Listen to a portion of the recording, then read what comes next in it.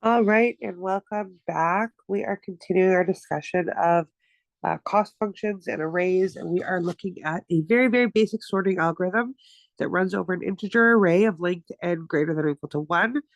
And what we are trying to find once again is going to be the f of n, so that cost in terms of steps in worst case. So again, we're talking about the steps. So what is f of n? That's telling us like the number of steps. Actually, I'll do it all in the same, like the explanation all in the same color, number of steps, and this worst case is important. Okay, so let's take a look at this here. We know what our precondition is already. We can sort of start to highlight out the different pieces that we care about here. Like we can see that this runs every single time. We can see that this is going to run, each of those run once. We can see that we have like an internal loop right here, so we can do some colors there. I'm all about sort of mapping out our problem whenever we can. Now, we do notice as we're going through this that on line 6, there is that if statement. And so we're going to have to consider that in a sec. And let's just get the last of these mapped out. We'll do purple. Okay. So notice that we do have pre and post conditions. We have a precondition where we know that we're going to have at least one element, and our post condition tells us that A will be in ascending order, so smallest to largest. That's the sort order that we are aiming for. Okay, let's start with our inner loop as we always do, where in the worst case, we'd go into this for loop or this if statement, and we'd go into it every single time. And I'll just add that extra +1 over there for a sec. Now, when we're talking about worst case, we have to actually ask ourselves, like, is this possible? Could we possibly be in a scenario where we could go into this if statement every single time? So is it possible to enter if every time? I'm going to tell you the answer is yes, it is possible. How is going to be the question I leave you with. What would A need to contain? So I'm not going to answer that question for you. This is a question for yourselves as a thought experiment. So for now, I'm going to tell you that yes, it's absolutely possible for that to happen. But if you want to actually know how, take some time to think about it and figure it out.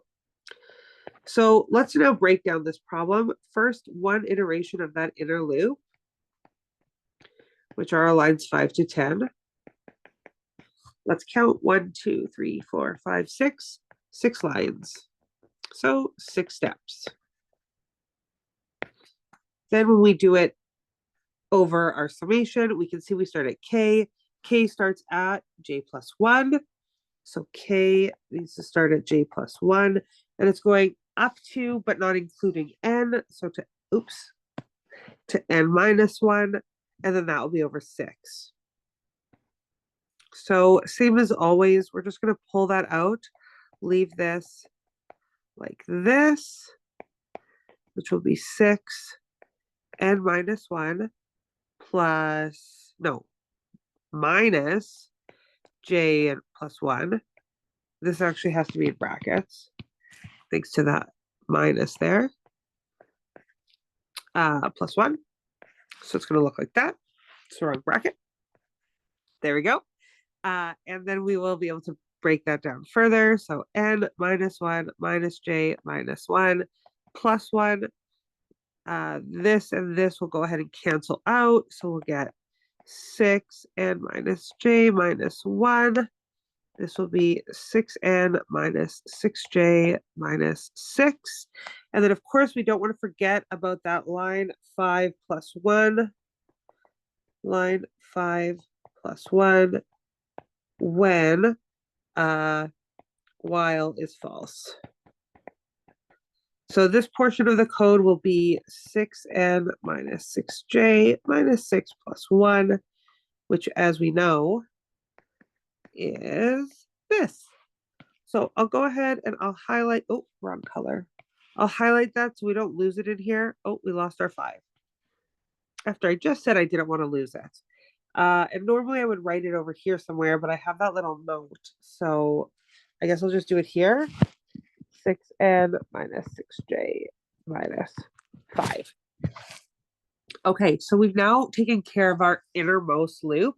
Let's continue this process and walk down another step. So let's now look at what one iteration of this is going to look like. So we have that +1 on each of these purple lines.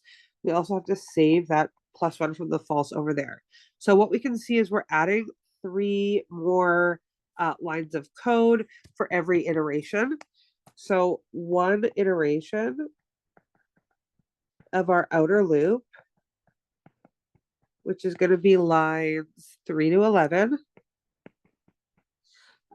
is we're going to add the 2 and the 1. So we're going to get 3 plus our inner loop. So 3 plus 6n minus 6j minus 5, which as we know is 6n minus 6j minus 2. So that is going to be for one iteration right there. So that's our starting point for trying to next determine what to do with our code. So now we're going to look here at this, at this loop right here. So we know we start our j off at 0, and we're going to go up by 1s, and we're going up to, but not including n minus 1. So that's a really important key here that we have to notice. So we have the inside of this being 6n minus 6j minus 2. However, our loop is going to start at 0 because of right here, line 2 starts at 0. And a reminder that this goes up to, but not including n minus 1, which means that this has to go up to n minus 2 because it's inclusive on top of there. Now we're going to take a trick very similar to the previous one that we did. Since we have an n in there and this 2, we could technically put these together to save some time. So you could write something that looks like this. 6n minus 2 is j equals 0, n minus 2, 1, minus j n minus 2. So we could write something like that. So you'll see what I did is I pulled this out and this out. I factored those out together and brought them to the front. And so that just left 1. Because of the way that this 1 will work, this is equivalent to having done these separately. So I just did it all as 1 to save time. That's actually perfectly acceptable. But if you prefer doing what I've been doing in my previous videos, where I actually, I'll just do it in orange for a second, but where I actually like expand these out one at a time, that's also totally fine. Because then you would end up with something that looks like this. 6n minus j equals 0, n minus 2, 6j minus j equals 0, minus 2, 2. And then from here, you could take the 6n out and put it there, the 6 out, put it there, and the 2 out and put it there. And you're going to get the same answer. So you can do either, but this is, I just figured I'd show another way that's also acceptable. So let's continue with this way, just since it is a new way for us to sort of look at it, which I think feels kind of important. Okay, so the first thing we're going to do then is try to expand each of these terms. So let's first start with the term that looks technically more familiar to us, which is this one. Because this one will just be, as a reminder, what the identity is. It's n plus 1 over 2. Well, so here we have n minus 2 as the first n. Then we have n minus 2 plus 1 as the second term there over 2. So that's actually how we do that. We can expand this and simplify it and do all the things we need to do to make this a little bit better. So this could be something like this. N minus 1 over 2. We can put that minus 6 inside at the top. We can do it even smarter. Here, we just, oops. do it like this.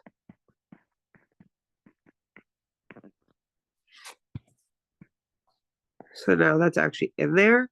And then, oops, 2. And then we can actually do this. And we can end up with -3 and -2 -1. So that's pretty awesome that we can do that. So we've actually been able to go from up here, this entire term, to something that's a little bit nicer over here by just expanding it outward. So that's great. That's a great place for us to pause that side. Now let's look at the other side over here and figure out what the heck we're going to do with this term. So now we're going to have 6n minus 2, and we're going to use that first identity, a minus b plus 1. This is the top of our summation. This is the bottom of our summation. So we have n minus 2 minus 0 plus 1, 6n minus 2, n minus 1.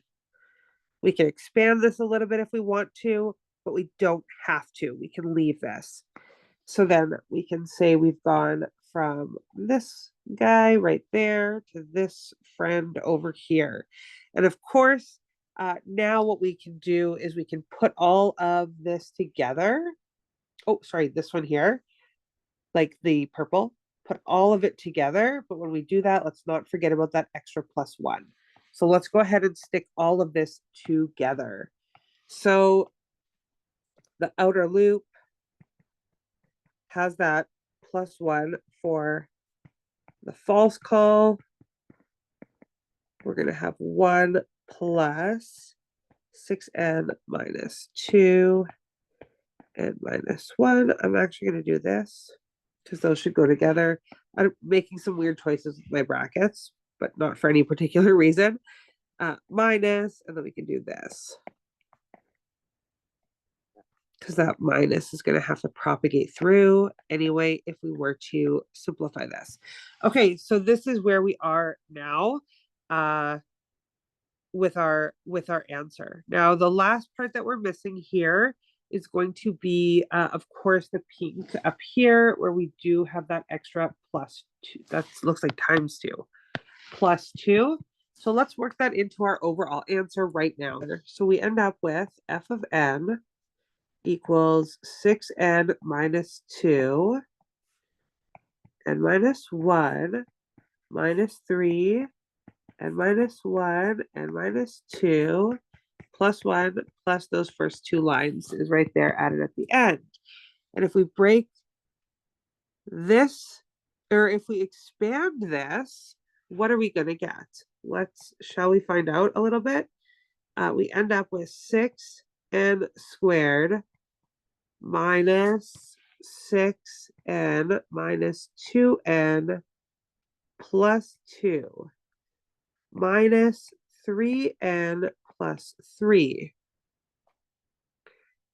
And then this whole term has to now also go into this term, which I'll do in a second, plus 3. So that'll be 6n squared minus 6n minus 2n plus 2 minus 3n squared plus 6n plus 3n minus 6 plus 3. Okay, we can now match these up. I often will do this with color just to help. So we have 6n squared minus 3n squared. So that's going to leave us with 3n squared. Whoops, sorry about that. F of n, 3n squared. Now let's go back. Let's find our n values. So we have this one, this one, this one, and this one. I think that's all of them. So we have minus 8n plus 9n, which will just leave us with n. And then we can erase those and grab the single digit no n term, the constant term that's at the end. So I think it's this one, and this one. which ends up being -6 plus 5. So in total, that will be -1. And this is the total cost function for the total worst case cost function. We could also check this by hand, where we could just pick a value and we could say like, okay, what if n equals 2?